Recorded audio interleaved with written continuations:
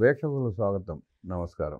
2004 నుంచి 2011 వరకు, 2019 నుంచి 2024 వరకు తిరుమల తిరుపతి దేవస్థానం ప్రతిష్టని ఎలా దిగజార్చే ప్రయత్నం చేశారో ఆనాడు రాజశేఖర రెడ్డి, నేడు జగన్మోహన్ రెడ్డి చేసిన విశ్వ ప్రయత్నం అందరికీ తెలిసిందే. సున్నంతో నామాలు పెట్టుకుని, సున్నబొట్లు పెట్టుకుని ఆ స్వామివారికి సున్నం పూసిన గనులు రాజశేఖర రెడ్డి, జగన్మోహన్ రెడ్డి, వైవి సుబ్బారెడ్డి, బొమ్మన కరుణాకర్ రెడ్డి.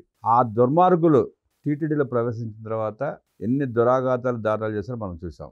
లడ్డూలో కల్తీ నెయ్యి, పరకామణిలో దొంగతనాలు, టీటీడీ భూములు దొంగతనంగా ఆక్రమించుకోవడం, అమ్ముకోవడం, ఆఖరికి గోశాలలో గోవులు తినే ఆహారాన్ని కూడా కల్తీ చేయడం, ఆ గోవుల మరణాలు కారకులు కావడం, ఇన్ని దురాఘాతాలు దుర్మార్గాలు చేసి సుప్రీంకోర్టు దాకా వాళ్లే వెళ్ళి సిబిఐ కావాలి మాకంటూ కోరిన నేపథ్యంలో సుప్రీంకోర్టు సిబిఐ సిట్తో కలిపి ఒక సిట్ ఏర్పాటు చేసింది.